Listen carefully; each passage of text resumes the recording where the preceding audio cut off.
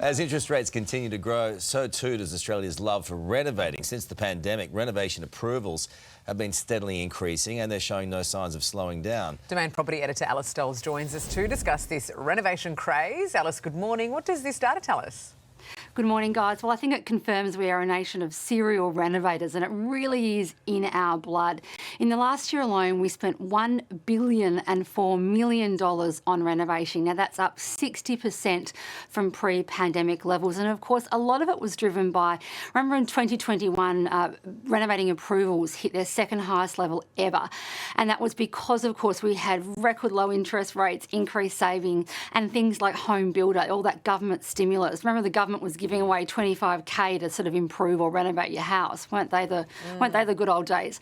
But all of that really, I think, inspired many people just to kind of fix up their properties, and we're still seeing the result of that flow through. Well, the problem is, though, can you get a worker and how much is it going to cost you? Yeah, that is the hard part. It's really, really tough, Carl, and I think that's partly why we're seeing such increase in costs. Obviously, inflation, materials alone are up 11% over the past year, and they're up even more than that during the pandemic. And we also had the issues around supply.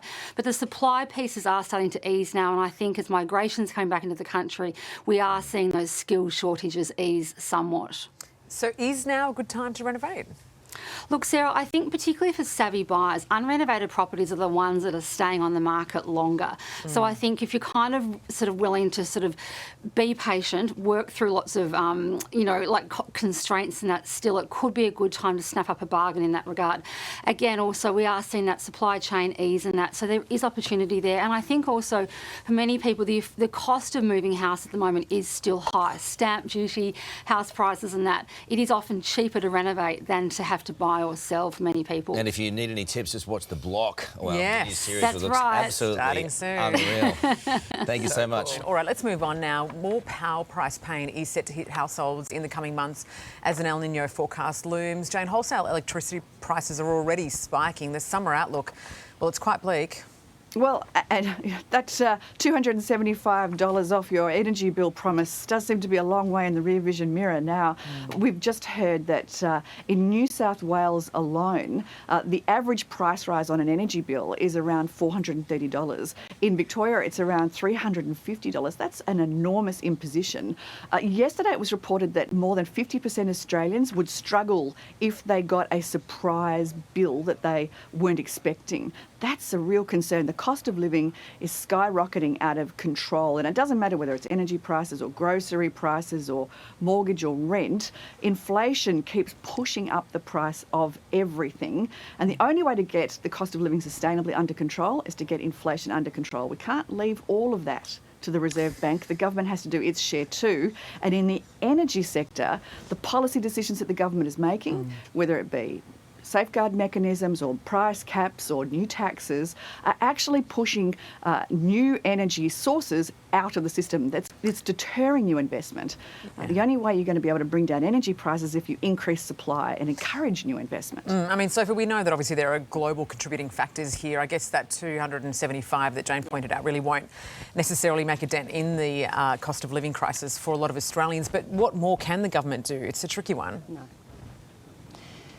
Yeah, it is, and you're absolutely spot on. I think actually you'd probably be hard-pressed to find somebody whose bill hasn't gone up by more than $275, and if it hasn't, it probably will.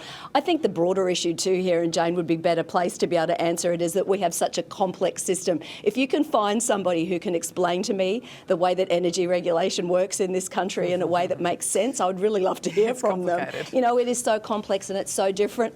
It's also really different across the country. I mean, those wholesale prices vary so differently from state to state. So I do think that more broadly it should be something that is looked at. I do think we should be turning to government to not only make sense of it, but also to be sure that any sort of transition that's being spoken about is being done in a way that is sustainable and is not going to cost even more to those of us who are already struggling. And Jane mentioned those people who, if there was a bill to pop up tomorrow, they wouldn't be able to pay it. I think you'll find that that percentage is only going to increase over the short term rather than get better. Yeah, absolutely. It is a bit tough out there, guys. All right, well, hopefully the Matildas will deliver a win tonight and make it all better. Thanks so much for joining us today.